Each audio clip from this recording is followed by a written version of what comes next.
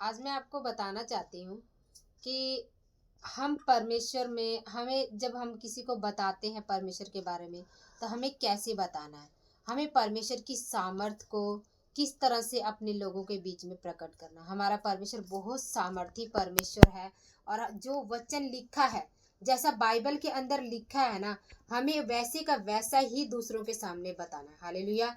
हमें अपने तरफ से कुछ भी जोड़ना नहीं है, कुछ घटाना नहीं है। और क्योंकि परमेश्वर का जो वचन है वो कहता है कि एक बिंदु भी उसमें ना जोड़ो और ना घटाओ। हालेलुया। और परमेश्वर का वचन क्या कहता है कि उसके जो आज मैं आपको बताने वाले हैं उसमें क्या है कि जो प्रधान लोग हैं उन्होंने अपनी प्रजा के बारे में कैसे परमेश्वर की सामर्थ को, या जो उस कनान देश में गए थे उस भेद को कैसे उन्होंने प्रकट किया। हालेलुया। तो मैं वचन पढ़ूंगी। गिनती 13 का मैं 3 पहले पढ़ के आप लोगों को बताऊंगी। कह रहे यहोवा से यह आज्ञा पाकर मूसा ने ऐसे पुरुषों को पारान जंगल से भेज दिया जो सब के सब इजराइलियों के प्रधान थे। हालेलुया। मतलब क्या था कि यहोवा से मूसा ने एक आज्ञा पाई कि जो कनान का देश है उस देश में अपने लोगों को भेज दे ताकि वो वहाँ का भेद लेकर आए। हालेलुया। ताकि वहाँ पे कनान के पास वो वहाँ का देश कैसा है, वहाँ के लोग कैसे, उसका भेद लेने के लिए उसने क्या किया कि 12 लोगों को भेजा। हालेलुया।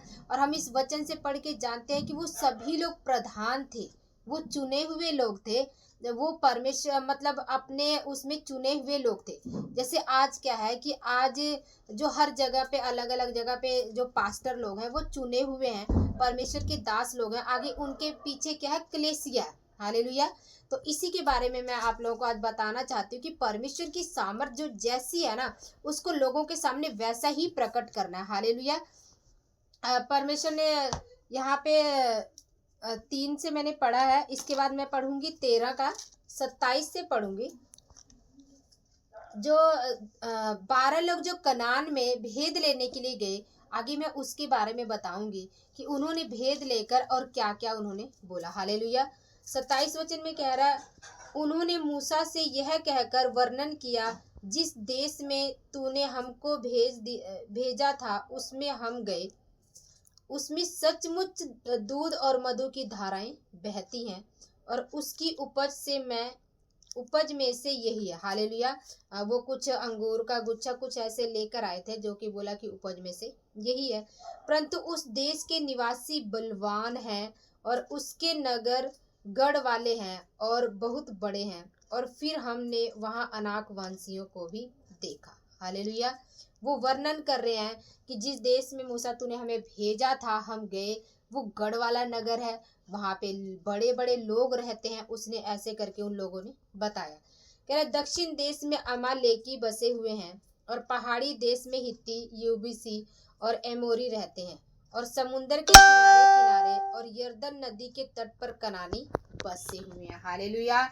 वो लोग क्या कर रहे थे, जो 12 प्रधान में से जो 10 लोग थे वो लोग सभा के सामने जब लोग बैठे हुए थे, मूसा बैठा हुआ था, तो वो लोग सभा के सामने बता रहे थे। लेकिन वो क्या बता रहे थे कि वहाँ पे अनाकवंशी रहते हैं, वो बहुत गढ़ वाला नगर है, वो बहुत बड़ा नगर है, वो दूध और मधु की धारा तो बहती है, लेकिन वहाँ पे उसे लेना हमारे लिए बहुत ही मुश्किल है। हालेलुया।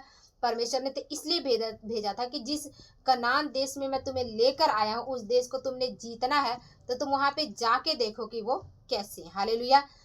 परमेश्वर के भेजने का मकसद क्या था कि मतलब वो एक विश्वास के साथ अपने लोगों को आकर बोले, लेकिन उसमें उन्होंने ऐसा नहीं बोला। केवल 2 लोग थे जिन्होंने ऐसी बात बोली थी, कालेब और यहोशू। हालेलुया।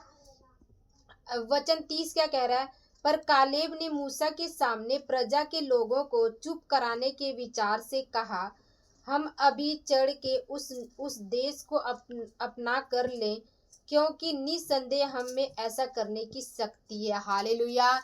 लेकिन कालेब क्या कह रहा है कि नहीं, उन्हें चुप कराने के लिए जो जनता को भड़का रहे थे, जो अपने लोगों को भड़का रहे थे कि नहीं वहां पे जाना तो बड़ा मुश्किल है, वहां पे तो कनानी लोग रहते हैं, तो कालेब को ये अच्छा नहीं लगा। क्योंकि कालेब जानता था कि हमारा जो यहोवा परमेश्वर है, जिसने उसको समुंदर को दो भाग कर दिया, लाल समुंदर को, जो कि दिन में तो वो क्या करता था कि बादल का खंभा बन के चलता था और रात को आग का खंभा बन के चलता था, तो क्या वो परमेश्वर क्या हमें इस कनानी लोगों से जीतने नहीं देगा? इसलिए उसे बुरा लगा और वो उन्हें चुप कराने के लिए उसने बोला कि नहीं, हम में इतनी शक्ति है और हम ऐसा कर सकते हैं और हम उसे जीत लेंगे। हालेलुया। इसी तरह से अब मैं 13 का 31 पढ़ूंगी। इसमें 29 तक मैंने पढ़ा, 13 का 31 पढ़ूंगी मैं। वो क्या कह रहे हैं? और उन्होंने इजरायलियों के सामने उस देश का जिसका भेद उन्होंने लिया था यह कहकर निंदा भी की, वह देश जिसका भेद लेने को हम गए थे ऐसा है जो अपने निवासियों को निगल जाता है। हालेलुया। उन 10 लोगों ने क्या बोला कि वो ऐसा देश है कि अपने निवासियों को निगल जाता है। और जितने जितने पुरुष हमने उनमें देखे हैं वे सब के सब बड़े डील डोल हैं। और फिर हमने वहाँ नपीलों को अर्थात नपीली जाति वाले अनाक वंशियों को देखा और हम अपनी दृष्टि में उनके सामने टिड्डी के समान दिखाई पड़ते थे और ऐसा ही उनकी दृष्टि में मालूम पड़ते थे। हालेलुया। जो 10 लोग थे वो क्या कर रहे थे कि उन्हें भड़काने के लिए बोल रहे कि हम तो उनके सामने टिड्डी के समान है, लेकिन क्या अनाक वंशियों को तो उन्होंने बात भी नहीं की उनसे। तो उन्हें यहाँ तो कहीं नहीं लिखा कि उन्होंने बात की अनाक वंशियों से और अनाक वंशियों ने बोला कि तुम टिड्डी के समान हो। ये क्या है? उनका खुद का विचार है। वो खुद क्या कह रहे हैं कि परमेश्वर को उन्होंने वहां छोटा कर दिया और लेकिन क्या किया, उन लोगों को उन्होंने बड़ा कर दिया। यही स्थिति हमारे साथ भी होती है। हालेलुया। जब हम क्या करते हैं कि हम लोग अपने कोई दुष्ट आत्मा है, किसी के ऊपर दुष्ट आत्मा ने कोई अटैक किया, जब हम गवाहियां देते तो हम दुष्ट आत्मा को बड़ा बना देते हैं। दुष्ट आत्मा ने हमारे साथ ऐसा किया, दुष्ट आत्मा ने हमारे साथ वैसा किया, लेकिन हम वहाँ पे अपने परमेश्वर को क्या करते हैं? छोटा बना देते हैं। लेकिन हमें ऐसा नहीं करना, हमें अपने परमेश्वर को बड़ा बनाना है। हमारा परमेश्वर सर्वशक्तिमान है और वो सच में वो हमारे लिए काम करता है। हालेलुया। यहाँ पे हम देखेंगे कि 14 वचन, ये 14 का 1 से हम देखेंगे। तब सारी मंडली चिल्ला उठी और रात भर वे लोग रोते ही रहे और सब इजरायली मूसा और हारून पर बुड़बुड़ाने लगे। और सारी मंडली उनसे कहने लगी, भला होता कि हम मिस्र ही में मर जाते या इस जंगल में ही मर जाते।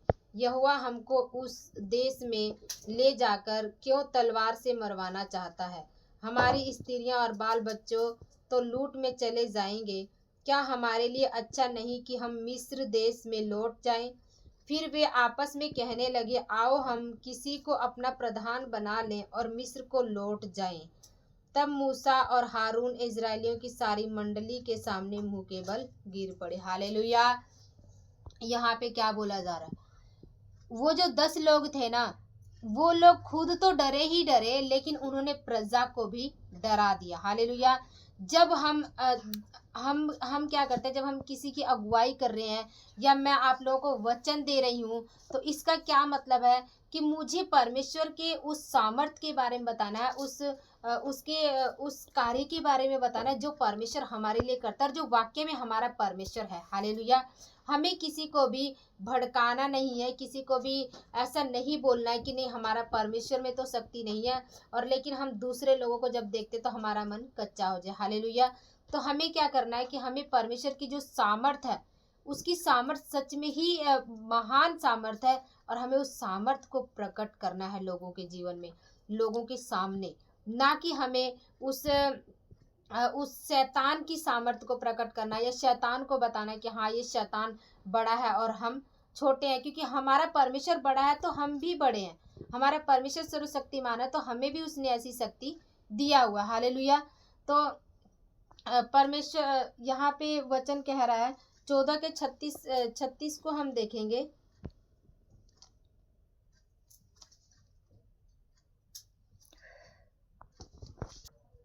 14 का 36 कह रहा है, तब जिन पुरुषों को मूसा ने उस देश का भेद लेने के लिए भेजा था और उन्होंने लौटकर उस देश की नामधराई करके सारी मंडली को कुड़कुड़ाने के लिए उभारा था, उस देश की वे नामधराई करने वाले पुरुष यहोवा के मारने से उनके सामने मर गए। हालेलुया।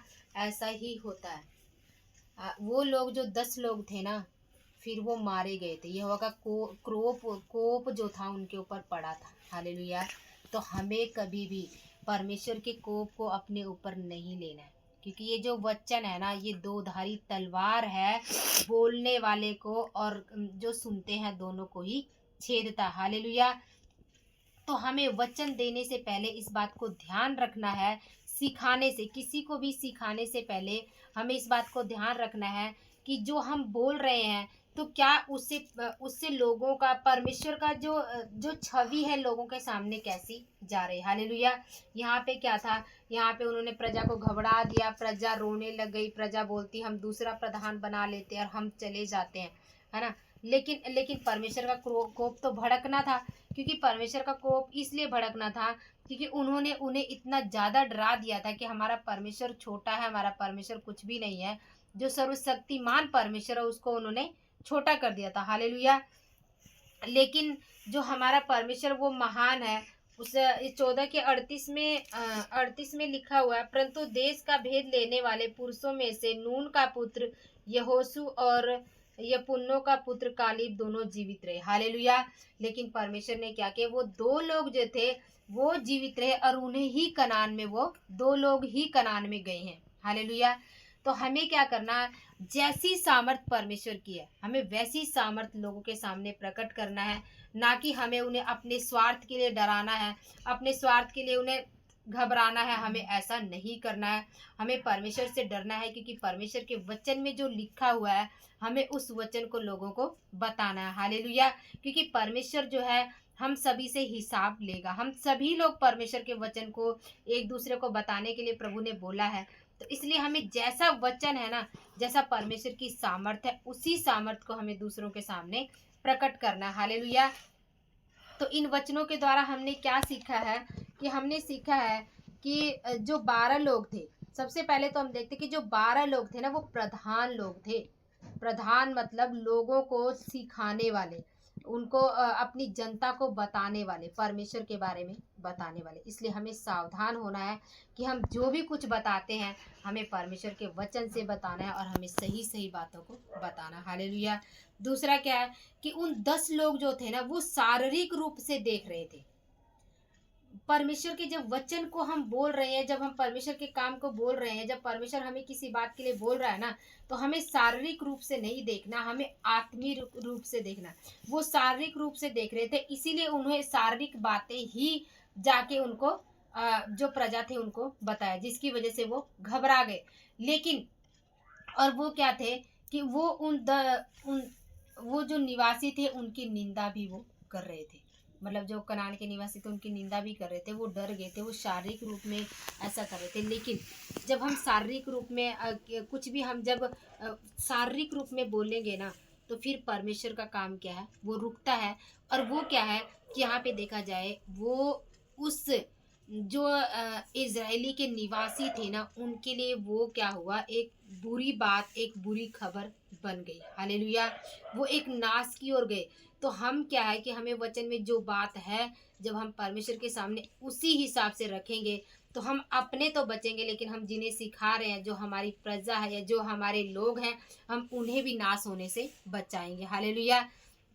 हमने हमने और क्या सीखा कि जो प्रधान प्रभु का भय मानते हैं ना और परमेश्वर के चरणों में चलते हैं, उनसे जो भय प्रभु का मानते हैं, तो क्या है कि वो अपने तो भय मानते, वो अपने तो बचेंगे ही बचेंगे, लेकिन यदि वो भय के साथ अपने लोगों को भी परमेश्वर के बारे में बताएंगे, तो वो तो बचेंगे और उन्हीं के द्वारा, उनके परमेश्वर के भय मानने के द्वारा जो उनके लोग हैं वो लोग भी बचाए जाएंगे। हालेलुया। तो इसीलिए हमें क्या है कि हमें परमेश्वर के भय को मानकर परमेश्वर के वचन को बोलना है। और जब हम परमेश्वर का भय मानकर उसके वचन को बोलते हैं तो परमेश्वर हमारी सहायता करता है और हमें वो जीवित भी रखेगा। यहाँ पे हमने देखा है कि वो 10 लोग जो थे, वो 10 लोग सिखाने वाले थे और उनको परमेश्वर का क्रोध भड़का और वो क्रोध के कारण वो मर गए, लेकिन 2 लोग जो थे परमेश्वर ने उन्हें जीवित रखा। हालेलुया। तो इसलिए हमें परमेश्वर के कार्य को बिगाड़ना नहीं है। हमें परमेश्वर का कार्य जैसा है, जैसा वचन है, हमें उसी वचन को लोगों को देना है। हालेलुया। क्योंकि परमेश्वर के आने का समय बहुत नज़दीक है, इसीलिए हम परमेश्वर के भय और उसके चरणों में भय मानकर और उसके वचनों को दूसरों को सिखाने पाए। हालेलुया। और जो भी इस वचन को सुन रहे हैं, वो इस बात का ध्यान रखें कि हम जब किसी को वचन बोलते हैं या किसी को हम वचन सुनाते हैं, तो हम क्या बात उन्हें सुना रहे हैं। हम कहीं हम ऐसा तो नहीं है कहीं हम उन्हें डरा रहे हैं इन 10 लोगों की तरह, लेकिन हमें क्या है, यहोशू और कालेब की तरह परमेश्वर में बढ़ाना है लोगों को। परमेश्वर में लोगों को बलवंत करना है, सामर्थी करना है, परमेश्वर के सामर्थी कामों को बताना है। हमें किसी को डराना नहीं है। हालेलुया। तो इस वचनों के द्वारा आप लोगों को आशीष मिले। परमेश्वर बहुत सामर्थी है और परमेश्वर काम करता है। जब हम उससे प्रार्थना करते हैं, परमेश्वर हमारी प्रार्थना को सुनता है। आप सभी को जय मसीह।